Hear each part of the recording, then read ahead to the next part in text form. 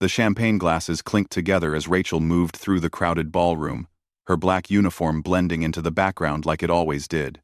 She'd been working at the Grandview Country Club for 3 years now, and she knew exactly how to be invisible. Keep your head down, smile politely, and don't make eye contact unless absolutely necessary. That was the unspoken rule for people like her. Tonight was different, though. Tonight was the annual charity gala, the biggest event of the year.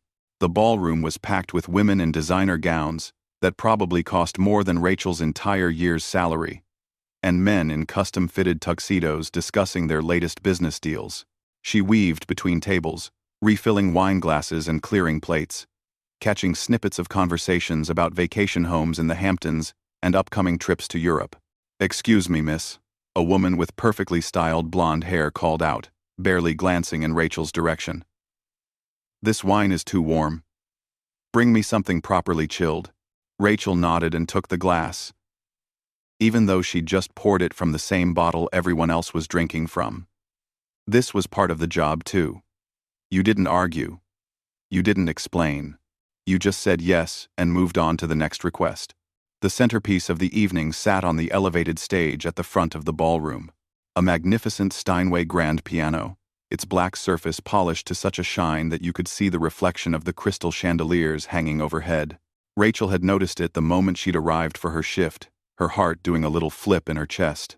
She'd forced herself to look away quickly, pushing down the familiar ache that always came when she saw a piano like that.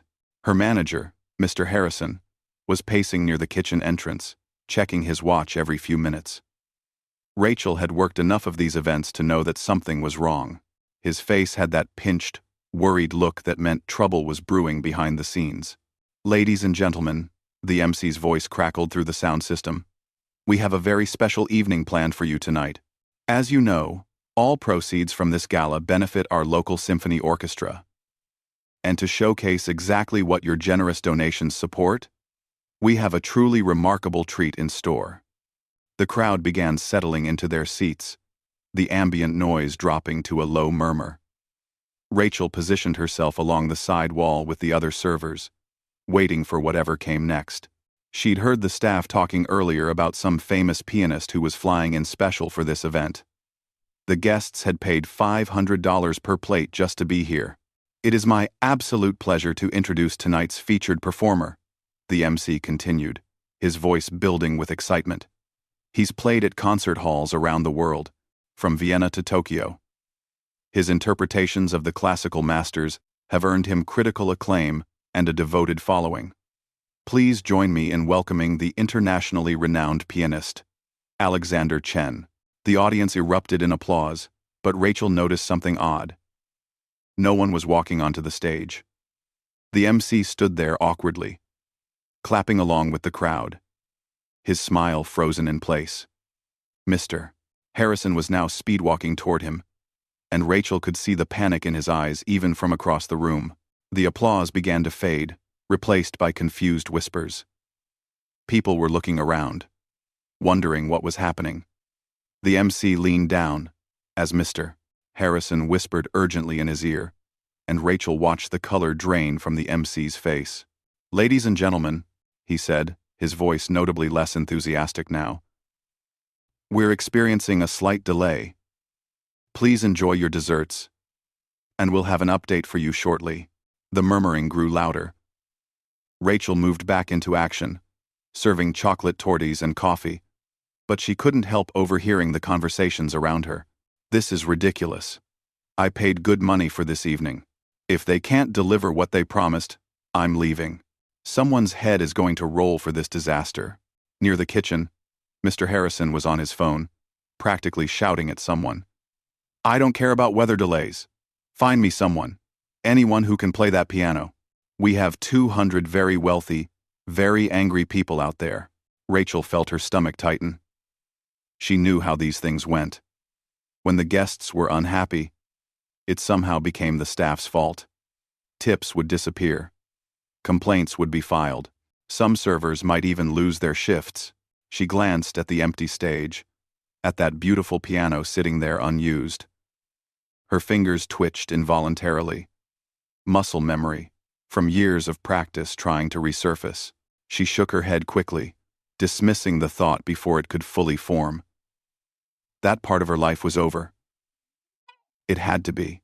But as she poured another cup of coffee for a scowling businessman, she couldn't help remembering. She'd had a full scholarship to one of the best music schools in the country. Her teachers had called her gifted. Extraordinary, even. Her father had been so proud, always bragging to the neighbors about his daughter who was going to be a concert pianist.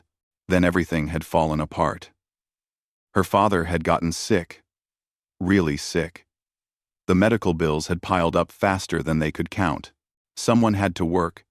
Someone had to be there for the treatments and the hospital visits. The scholarship had covered tuition but not living expenses.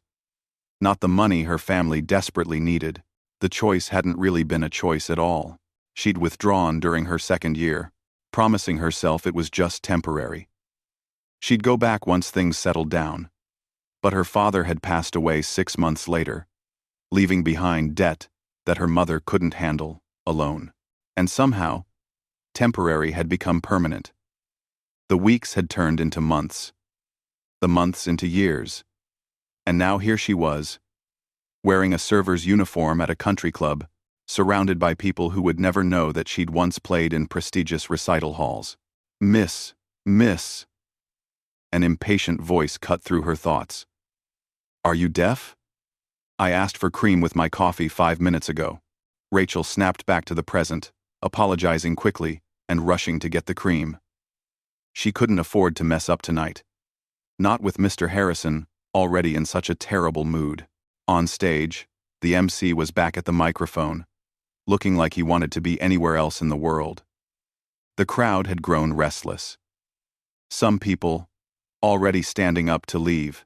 Ladies and gentlemen, I'm afraid I have disappointing news, he began, and Rachel could hear the defeat in his voice. Due to severe weather on the East Coast, our featured performer has been unable to make it this evening. We sincerely apologize for this inconvenience, and his words were drowned out by the immediate uproar. People were shouting, demanding refunds, complaining loudly about the incompetence of the event organizers. Rachel watched as Mr. Harrison's face turned red, as the other servers exchanged worried glances. This was turning into an absolute disaster. And through it all, that piano just sat there on the stage, silent, waiting, practically calling out to her. Rachel set down her coffee pot on a nearby service table, her hands trembling slightly. Her heart was pounding so hard she could feel it in her throat. What she was thinking about doing was completely crazy. She'd probably get fired. She'd definitely humiliate herself. These people would laugh at her. The waitress who thought she could just walk up and play like she belonged there. But something was building inside her chest, something that had been compressed and buried for 10 long years. Maybe it was exhaustion from working double shifts every week. Maybe it was grief for everything she'd lost. Maybe it was just the simple fact that she was tired, so incredibly tired, of being invisible. Her father's voice echoed in her memory, something he'd said during one of their last conversations. Rachel, honey, you've got magic in those fingers. Don't let the world make you forget that. The crowd was getting louder, angrier. Mr. Harrison looked like he might have a breakdown right there in the middle of the ballroom. And Rachel, her heart racing and her hands shaking, made a decision that would change everything. She started walking toward the stage. Rachel's feet moved before her brain could catch up and tell her this was a terrible idea. One step, then another, weaving through the tables of angry guests who were too busy complaining to notice her at first. Her heart hammered against her ribs so hard it actually hurt. What was she doing? This was insane. She was going to lose her job. She was going to humiliate herself in front of 200 wealthy people who already barely acknowledged her existence. But her feet kept moving. The other servers noticed first. Linda, who'd been working at the club for 15 years, grabbed at her arm as she passed. Rachel, what are you doing? Girl, stop. You're going to get yourself fired. Rachel gently pulled her arm free, giving Linda a look that she hoped conveyed both appreciation and determination. She honestly didn't know what she was doing. All she knew was that if she stopped now, if she turned back, she'd spend the rest of her life wondering what might have happened if she'd just been brave enough to take this one chance. A few guests started noticing her now. A woman in a sparkling silver dress nudged her husband, pointing at Rachel with a confused frown. Why is that waitress walking toward the stage? More heads turned.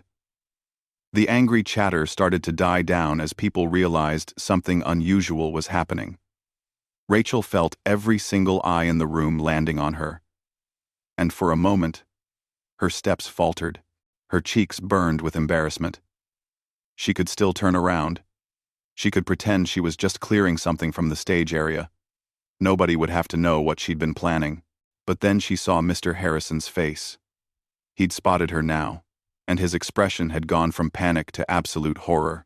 He was shaking his head frantically, mouthing the word no over and over. The MC stood frozen at the microphone, unsure whether to stop her or just let this bizarre situation play out. That's what did it. That look of horror on Mr. Harrison's face, like the idea of one of his servers stepping onto that stage, was the worst thing that could possibly happen. It sparked something in Rachel's chest, something hot and defiant. She'd spent 3 years being invisible to these people. She'd spent 10 years burying the best part of herself. Maybe it was time they all saw what they'd been missing. She climbed the 3 steps to the stage, her sensible black work shoes making soft sounds on the polished wood. The stage lights were brighter than she'd expected, warming her face. The ballroom stretched out before her, a sea of confused and irritated faces in expensive clothing. This was nothing like the recitals she'd performed in during her conservatory days. Those audiences had wanted to hear her play. These people just wanted their money's worth of entertainment, and they definitely hadn't paid to watch the help make a fool of herself. "Excuse me, sir," Rachel said quietly, approaching the MC. But she'd forgotten about the microphone in his hand. Her voice echoed across the entire ballroom, amplified for everyone to hear. The MC blinked at her, completely baffled. Mr. Harrison had started moving toward the stage now, his face purple with rage. Rachel could see him pushing past tables, probably planning to drag her off the stage himself. She didn't have much time. Without waiting for permission, without explaining herself, Rachel walked across the stage to the piano. Her hands were shaking so badly, she had to clasp them together to make it stop. The piano bench was exactly the right height, she noticed. Someone had adjusted it for Alexander Chen, who apparently had similar proportions to her. The crowd's murmuring grew louder. She heard someone laugh, a sharp, mocking sound that cut through the air. Another voice, louder this time. "Is this some kind of joke? What's going on?" Rachel sat down on the bench, and suddenly everything else faded away. The angry crowd, Mr. Harrison's fury, the humiliation waiting for her if this went wrong. It all became distant and unimportant, because right in front of her were 88 keys, black and white, arranged in the pattern that had been burned into her memory since she was 6 years old. She reached out and touched middle C, just a gentle press. The note rang out, pure and clear, and something inside her chest cracked open. How long had it been since she'd sat at a real piano? 2 years? 3? She'd tried to stay away from them, knowing that playing would only make the loss hurt more. But now, with her fingers resting on these keys, she wondered how she'd survived so long without this. "Miss, you need to leave the stage right now." Mr. Harrison had reached the steps, his voice low and threatening, but the microphone picked it up anyway, broadcasting his words across the room. He sounded panicked, like Rachel was doing something dangerous instead of just sitting at a piano. Rachel looked at him, really looked at him, and she saw it clearly for the first time. To him, she wasn't a person with talents and dreams. She was just an employee who was currently causing a scene at his most important event. The unfairness of it, of everything, settled over her like a weight. "I can play," she said softly, "if you'll let me." Mr. Harrison's expression didn't change. "Get off that stage before I have security remove you." But before he could climb those steps, before he could physically drag her away from the piano, someone else spoke up. A woman's voice, firm and commanding, cut through the tension. Let her play. Every head in the ballroom turned toward the source of the voice. An older woman was standing at a table near the back, her silver hair swept up elegantly, wearing a deep blue gown that probably cost more than Rachel's car. She had the kind of presence that made people listen, the confidence that came with years of being taken seriously. Mr. Harrison looked torn, clearly wanting to maintain control of the situation but not quite willing to directly defy someone who was obviously important. Mrs. Westbrook, I apologize for this disruption. This is just one of our servers. She doesn't. I said, let her play. Mrs. Westbrook's voice was calm, but left no room for argument. We have a piano, and no pianist. If this young woman believes she can perform, I'd like to hear what she can do, unless you have a better solution. The ballroom had gone completely quiet now. Everyone was watching this standoff, waiting to see what would happen next. Rachel's heart was racing so fast, she felt lightheaded. This woman, whoever she was, had just bought her a chance. One chance. She couldn't waste it. Mr. Harrison looked like he wanted to argue more. But several other guests were nodding in agreement with Mrs. Westbrook. He was trapped, and they both knew it. Finally, with a look that promised Rachel would be fired the moment this was over, he stepped back from the stage. Fine, he said through gritted teeth. But make it quick. Rachel turned back to the piano, her hands still trembling. The entire ballroom was staring at her now. 200 people waiting to see if she would crash and burn. She could feel their skepticism, their annoyance, their certainty that this was going to be a waste of their time. A few people had their phones out, probably ready to record her failure and share it online later. She closed her eyes and took a deep breath. When she'd been studying at the conservatory, her professor had taught her to block out everything except the music. The audience doesn't exist until you want them to, he'd said. It's just you and the piano, having a conversation. Rachel placed her fingers on the keys, finding the positions for the opening of Rachmaninoff's piano concerto. No. 2. It was ambitious. Maybe too ambitious. This piece was meant to be played with a full orchestra, but it was also the piece she'd been rehearsing when she'd had to leave school. The piece she'd never gotten to perform. If she was going to do this, if she was going to put everything on the line, it might as well be for the music that meant the most to her. She thought of her father, of the last time she'd played for him in the hospital. He'd been so weak, could barely keep his eyes open. But he'd smiled when she'd finished. That's my girl, he'd whispered. You make the whole world stop and listen. Rachel pressed down on the keys, and the first notes of the concerto filled the ballroom. And everything changed. The first notes came out softer than Rachel intended, her fingers still adjusting to the touch of keys this responsive. But then muscle memory took over, and her hands began moving with a confidence she'd forgotten she possessed. The opening melody of Rachmaninoff's concerto spread through the ballroom like ripples on water. Delicate, but persistent. She could feel the weight of the silence behind her. Nobody was moving. Nobody was talking. That awful mocking laugh from earlier had died completely. Rachel kept her eyes closed, afraid that if she looked out at the crowd, she'd lose her nerve and her fingers would freeze on the keys. The piece built slowly, the way Rachmaninoff had intended it, starting with those haunting chords that sounded almost like a question being asked. Rachel's right hand carried the melody, while her left provided the deep, resonant bass notes that made the whole piano vibrate. She'd practiced this section hundreds of times as a student, until her professor had finally said she'd captured the longing in it, the sense of something beautiful just out of reach. Behind her, a woman who'd been checking her phone moments earlier slowly lowered it to the table. She wasn't thinking about emails anymore. She wasn't thinking about anything except the sound filling the room. Next to her, her husband had gone completely still, his wine glass halfway to his lips, forgotten. The music grew more complex, Rachel's fingers beginning to fly across the keys as the piece demanded more speed, more passion. This was the part where the orchestra would normally come in, where violins and cellos would join the conversation, but Rachel had learned to compensate for their absence, adding dynamics and emphasis in places that made the piano sound fuller, richer, almost like it was playing the part of multiple instruments. Her hands crossed over each other in the way the piece required, right hand diving down to play the bass notes, while her left hand jumped up to continue the melody. It was choreographed movement. A dance she'd learned so long ago that her body remembered even when her conscious mind had tried to forget. In the third row, a man who owned a chain of hotels felt something strange happening in his chest. He'd been to countless concerts, had season tickets to the symphony, but this was different.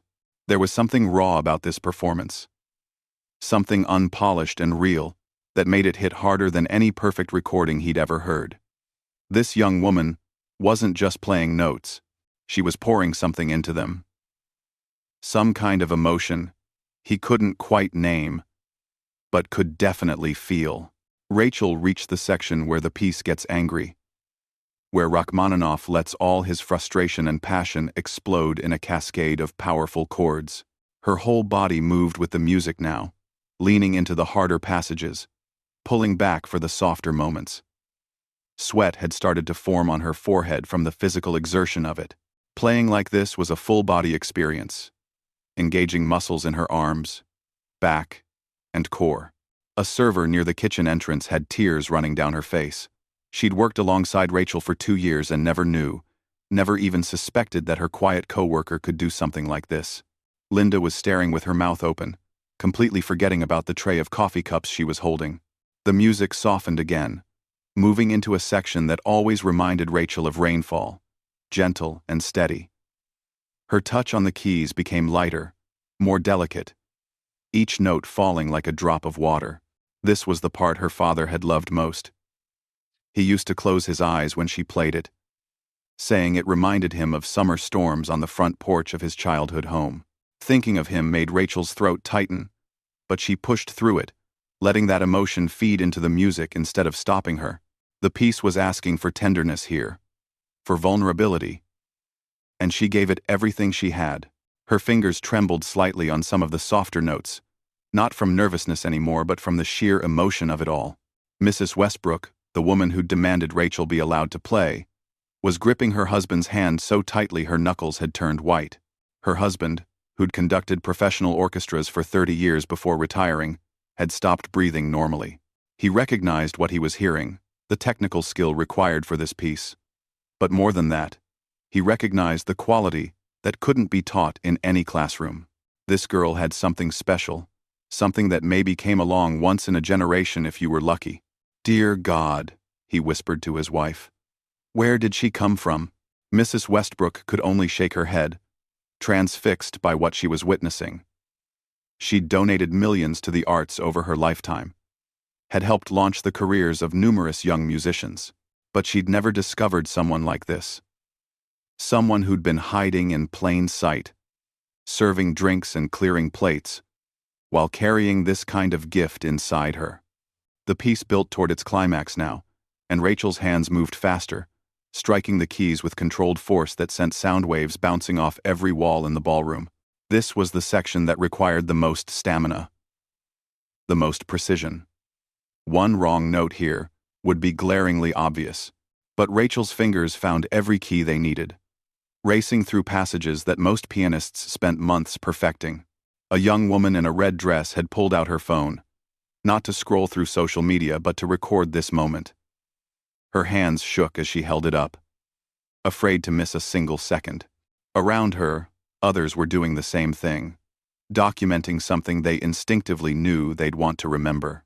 Mr. Harrison stood frozen at the edge of the stage, his anger from before completely evaporated. He'd been ready to fire Rachel the moment she left that bench. But now, watching the crowd's reaction, watching people lean forward in their chairs and wipe tears from their eyes, he understood that something extraordinary was happening, something that would be talked about for years to come. The music crashed like waves now, powerful and relentless, demanding everything from the performer. Rachel's arms ached, her back screamed in protest, from holding the posture required for proper playing. But she didn't care. This was what she'd been missing. What she'd buried under years of exhaustion and responsibility and grief. This was the part of herself she'd thought was gone forever. She could feel the audience now, even with her eyes closed, could sense their complete attention focused on her and the piano. They weren't seeing a waitress anymore. They weren't seeing someone beneath their notice. They were seeing a musician, an artist, someone who could make them feel things they'd forgotten they were capable of feeling. The final section approached. The part where everything resolves. Where all that tension and beauty and passion finally finds its resting place. Rachel's hands moved through the descending passages, each chord a step down a staircase, leading toward home. Her touch became gentler again, more contemplative, as if the piano itself was growing tired after the emotional journey. She played the final chord progression, letting each note ring out before moving to the next. The piece ended quietly, not with a dramatic flourish, but with a sense of peaceful acceptance. Rachel held down the final chord, letting it sustain and slowly fade until the ballroom was wrapped in silence once more. For a moment, nothing happened. The last note died away completely, leaving only the sound of Rachel's own breathing. She kept her eyes closed, not ready yet to face whatever came next. Had it been good enough? Had she made a complete fool of herself? The silence stretched on, and Rachel's heart sank. Maybe they'd all been too shocked to react. Maybe it had been worse than she thought. Then, someone started clapping. Just one person at first, but the sound was sharp and clear in the quiet ballroom. Then, another person joined in. And another. Within seconds, the entire room erupted in applause that was so loud it seemed to shake the chandeliers. Rachel finally opened her eyes. The applause hit Rachel like a physical force. It wasn't the polite, obligatory clapping she'd heard at other club events. This was real, thunderous. The kind of applause that came from somewhere deep and genuine. People were on their feet now, a standing ovation from the same crowd that had been demanding refunds just minutes earlier. Rachel's hands were still resting on the piano keys, trembling from exhaustion and adrenaline. She turned slowly on the bench, finally allowing herself to look at the audience. What she saw made her breath catch in her throat. Women in their expensive gowns had tears streaming down their perfectly made-up faces. Men in tuxedos were clapping so hard, their faces had turned red. Even the other servers had abandoned their posts and were applauding from the sides of the room. She tried to stand, but her legs felt like water. The room spun slightly, and she had to grip the edge of the piano to steady herself. She'd forgotten how much energy a performance like that took, how it drained everything out of you and left you feeling hollow and full at the same time. Mrs. Westbrook was moving through the crowd now, making her way toward the stage with surprising speed. Her husband followed close behind, and Rachel could see the intense look on both their faces. For a second, panic fluttered in her chest. Maybe she'd made some terrible mistake in the piece. Maybe they were coming to tell her it had actually been awful and she'd just embarrassed herself in front of everyone. But when Mrs. Westbrook reached the stage, climbing the steps with determination, her expression wasn't angry. It was something else entirely. Something that looked almost like hunger mixed with excitement. "Who are you?" Mrs. Westbrook demanded, but not unkindly. Her voice carried authority, the tone of someone used to getting answers. "What's your name? Where did you study?" Rachel's mouth felt dry. Her voice came out smaller than she wanted. "Rachel Chen. Ma'am. I work here. At the club." "I can see that," Mrs. Westbrook said, a hint of impatience creeping in. "But you didn't learn to play like that by serving drinks. Where did you train?" The crowd had quieted down now, everyone straining to hear this conversation.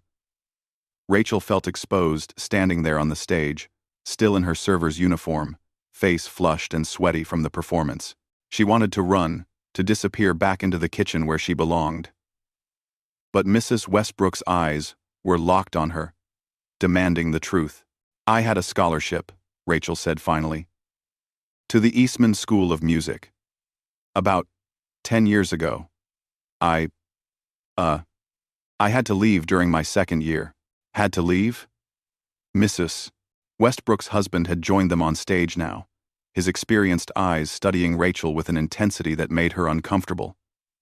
Nobody just leaves Eastman if they play like that. What happened? Rachel looked down at her shoes, those practical black work shoes she wore for every shift. How could she explain to these people, who probably never had to choose between their dreams and their family's survival, what it had been like? How could she make them understand the guilt of pursuing music while her father was dying? The weight of medical bills that kept piling up. The way her mother's face had looked when Rachel told her she was coming home. My father got sick, she said quietly. Cancer. Someone needed to work, and the scholarship only covered tuition. We needed money for everything else. So, I came home. The ballroom had gone silent again, but it was a different kind of silence now. Not the breathless anticipation from before, but something softer, more human. Several people in the audience looked away, suddenly uncomfortable. A few women reached for their husbands' hands. Mrs. Westbrook's expression shifted, the hardness in her face giving way to something gentler. And you've been here ever since? Working at this club? Rachel nodded. 3 years here. Before that, I worked at a diner and did night shifts at a grocery store. My mom, she's not well either. Diabetes. The medication costs are pretty high. And insurance doesn't cover everything. She didn't know why she was telling them all this. These people didn't care about her problems. They had their own lives, their own concerns. But something about standing on that stage, having just poured her entire soul into that piano, made it impossible to hide anymore. So you just gave it all up? The question came from a man in the third row, the hotel owner who'd been so moved during her performance. You had that kind of talent? And you just walked away from it?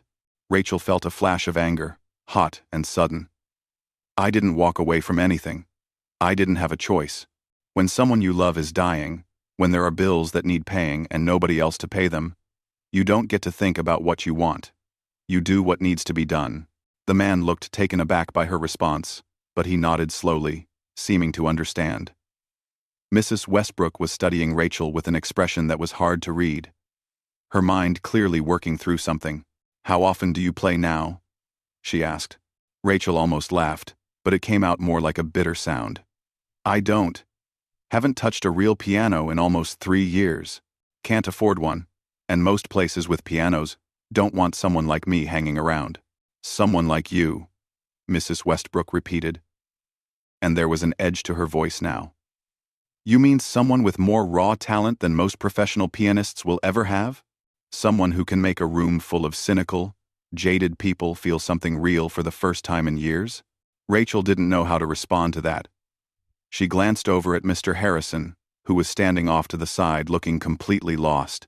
He caught her eye and quickly looked away, clearly unsure whether to fire her or pretend this whole thing never happened. Mrs. Westbrook turned to address the crowd, her voice ringing out clear and strong. Ladies and gentlemen, we came here tonight expecting to hear Alexander Chen. We were disappointed when he couldn't make it, but I think we can all agree that what we heard instead was something far more remarkable. Murmurs of agreement rippled through the audience. Several people nodded enthusiastically. We heard someone with extraordinary talent who's been denied the opportunity to develop it. Mrs. Westbrook continued. Someone who sacrificed her dreams for her family, who's been working multiple jobs just to survive, while this gift has been locked away inside her. That's not just a shame. It's a tragedy. Rachel felt her cheeks burning. She wanted to interrupt, to tell Mrs. Westbrook to stop making such a big deal out of this. But the older woman was on a roll now, and there was no stopping her. I want to offer you something, Mrs. Westbrook said, turning back to Rachel. Not charity. An opportunity. I sit on the board of the Rothschild School of Music. Do you know it? Rachel's heart skipped a beat. Everyone in the classical music world knew about Rothschild. It was one of the most prestigious conservatories in the country. Maybe in the world. Yes, ma'am. I know it. I want you to audition for us. A full scholarship, if you're accepted, and I'm confident you would be." Westbrook paused, looking out at the audience. This young woman needs more than just free tuition. She needs support, living expenses, medical costs for her mother, the freedom to focus entirely on her music without worrying about survival. "I'll sponsor her training," a voice called out from the crowd. Rachel recognized him as the tech mogul she'd served champagne to earlier. "My foundation can cover the tuition and expenses. My company will contribute to a fund for her mother's medical care," another voice added. This was a woman who owned a pharmaceutical company. Someone Rachel had always found intimidating. More voices joined in, people pledging support, offering help. It happened so fast, Rachel couldn't keep track of who was saying what. These people, who hadn't even noticed her existence an hour ago, were now competing to help her. It felt surreal, like a dream she might wake up from at any moment. Mrs. Westbrook smiled, looking satisfied. "You see, Rachel? Sometimes the universe gives you a second chance. The question is, are you brave enough to take it?" Rachel looked out at the sea of faces, at all these strangers who suddenly wanted to invest in her future. She thought about her mother, about the mountain of responsibilities weighing her down.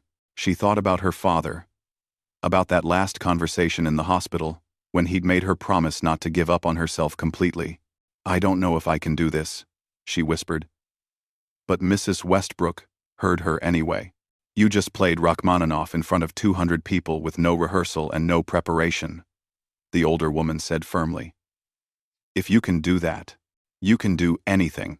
Rachel took a deep breath, her mind racing with possibilities and fears, and hopes she'd buried so long ago they felt like they belonged to someone else.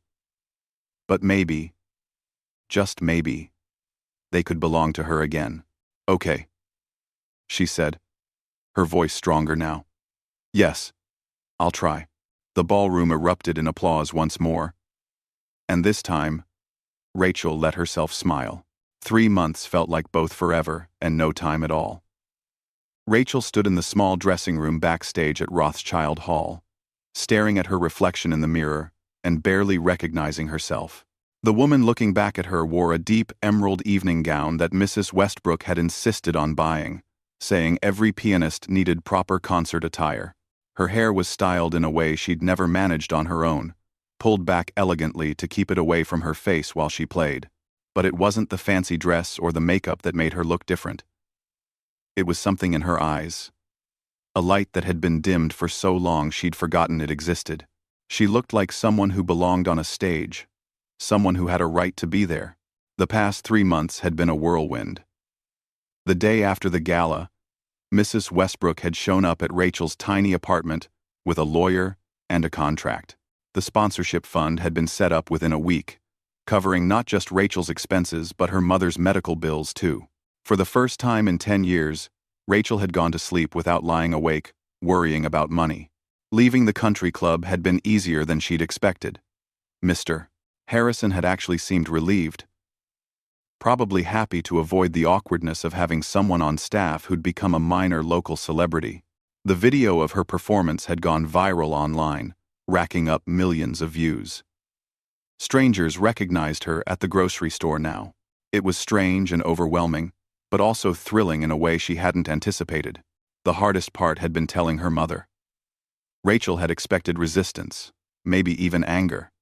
After all, she'd come home 10 years ago specifically to take care of her mom. Walking away from that responsibility, even with everything paid for, felt like abandonment. But her mother had surprised her. "Baby, I never wanted you to give up your dreams for me," she'd said, tears running down her face. "I thought I was going to lose you to music, and then when your father got sick, I got you back. But I got the sad version of you. The tired version. I want you to be the girl who lights up when she plays piano. Go. Make your daddy proud. I'm B." A knock on the dressing room door pulled Rachel from her memories. "5 minutes, Miss Chen," a stagehand called out. Rachel's stomach flipped. 5 minutes. In 5 minutes, She'd walk onto that stage and perform her debut recital in front of a sold-out audience. The concert had sold out within hours of tickets going on sale, something that almost never happened for an unknown performer. But people wanted to see the waitress who'd stunned a ballroom full of millionaires. They wanted to know if that viral video had been a fluke or if she was the real thing. She walked to the edge of the stage, peeking out through the heavy curtain at the crowd filing into their seats. The hall was beautiful, with perfect acoustics and elegant architecture. This was the kind of venue she'd dreamed about as a student, the kind of place she'd thought she'd never see again except as a tourist. Nervous? Mrs. Westbrook appeared beside her, looking regal in a navy suit. Terrified, Rachel admitted. What if I mess up? What if everyone realizes that night at the club was just luck? What if I'm not actually good enough for this? Mrs. Westbrook smiled, the kind of smile that said she'd heard these doubts 1,000 times before. Do you know what my husband told me after your performance that night? He said in 30 years of working with professional musicians, he'd only heard that kind of raw, emotional honesty from a handful of performers. You have something that can't be taught, Rachel. Technical skill you can learn. But what you have? That ability to make people feel something? That's a gift. Rachel wanted to believe her, but the doubts kept creeping in. She'd only had 3 months to prepare for this recital. 3 months of intensive practice, working with teachers at Rothschild who'd helped her shake off the rust and refine her technique. But was it enough? The professionals spent years preparing for debuts like this. I saw your mother in the audience, Mrs. Westbrook said. That made Rachel's eyes water, threatening to ruin her makeup. Her mother had never been to one of her performances before. Back when Rachel was a student, the concerts had been too far away, and her mother's health hadn't allowed for travel. But tonight, with her diabetes better controlled thanks to the medication she could finally afford, she'd insisted on being there. What if I let her down? Rachel whispered. Impossible, Mrs. Westbrook said firmly. You already gave up 10 years of your life for her. The only way you could let her down now is by not giving this everything you have. The stage manager appeared, headset on, clipboard in hand. We're ready for you, Miss Chen. Rachel took a deep breath, trying to calm the butterflies swarming in her stomach. She'd played in recitals before, back at Eastman, but never anything like this. Never with this many people watching. Never with so much riding on the outcome. She walked to the wings of the stage, waiting for her cue. Through the curtain, she could hear the audience settling down, programs rustling, the excited murmur of conversation. The house lights dimmed, and the crowd went quiet. The announcer's voice came through the speakers, warm and professional. Ladies and gentlemen, welcome to Rothschild Hall. Tonight, we have the privilege of presenting a very special debut recital. 3 months ago, Rachel Chen was working as a server at a local country club. Tonight, she makes her formal debut as a concert pianist. Please join me in welcoming Rachel Chen. The curtain rose, and Rachel walked onto the stage. The applause was immediate and enthusiastic, and she could see her mother in the front row just like Mrs. Westbrook had said, already crying and smiling at the same time. Next to her sat Mrs. Westbrook and her husband. Behind them were faces Rachel recognized from the gala, people who'd pledged support, who'd helped make this moment possible. But there were also hundreds of strangers, people who'd bought tickets because they'd seen the video or heard the story, people who wanted to believe in second chances and hidden talent, people who'd paid good money to see if she could actually deliver. Rachel reached the piano, a gorgeous concert grand that had been perfectly tuned for tonight's performance. She adjusted the bench, sat down, and placed her hands on the keys. For a moment, she just sat there, feeling the weight of all those eyes on her, all those expectations. Then she thought about her father, about that last conversation in the hospital. She thought about all the nights she'd fallen asleep exhausted from double shifts, dreaming about moments exactly like this one. She thought about the girl she'd been at 18, full of dreams and possibilities, and the woman she'd become at 28, weathered by loss but still standing. She began to play.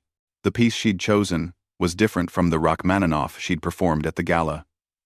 Tonight, she was playing Chopin's Ballade. No. 1. A piece that told a story through music. It started quietly, almost hesitantly, like someone testing the waters. That's how Rachel felt, finding her footing on this new path. But as the piece progressed, it grew bolder, more confident. The melody soared and dipped, faced challenges, and overcame them. Rachel's fingers flew across the keys, and she felt that familiar sensation of everything else falling away. The audience disappeared. The pressure disappeared. It was just her and the music, having that conversation her old professor had taught her about. She could feel the audience leaning in, could sense their complete attention without having to see them. This was different from the gala. That night had been about survival, about proving she existed, about refusing to stay invisible. Tonight was about belonging, about claiming her rightful place in this world of music that she'd been forced to leave behind. The piece built to its dramatic climax, and Rachel poured everything into it. All the grief of losing her father, all the frustration of buried dreams, all the exhaustion of those years working jobs she hated, but also all the love of her mother's sacrifice, all the gratitude for the strangers who'd believed in her, all the hope for what might come next. She played the final notes, letting them ring out and fade into silence. For a moment, the hall was completely still. Then the applause came, even louder than at the gala, washing over her in waves. People were on their feet again, and this time Rachel let herself look at them. Let herself take in their faces and their appreciation. Her mother was sobbing openly now, and Mrs. Westbrook was clapping with tears streaming down her own face. The entire front section was standing, and the wave of rising audience members spread all the way to the back of the hall. Rachel stood and took her bow, and as she did, she caught sight of herself in the reflection of the piano's polished surface. She was smiling. Really smiling. The kind of joy that came from being exactly where you were supposed to be, doing exactly what you were meant to do. She'd been a waitress who sat at a piano and made a wealthy crowd fall silent. But that wasn't the end of her story. It wasn't even really the beginning. It was just the moment when the world finally noticed what had been there all along. As Rachel took her second bow, she thought about all the other people out there like her, people with gifts they'd had to bury, dreams they'd had to defer. She hoped they were watching. She hoped they saw that it was never too late, that talent didn't have an expiration date, that sometimes life gave you a second chance when you least expected it, and she hoped they were brave enough to take it. The applause continued, and Rachel knew that whatever came next, whether she became famous or remained relatively unknown, whether she played in concert halls around the world or just in smaller venues, she'd already won. She was making music again. She was alive again, and that was enough.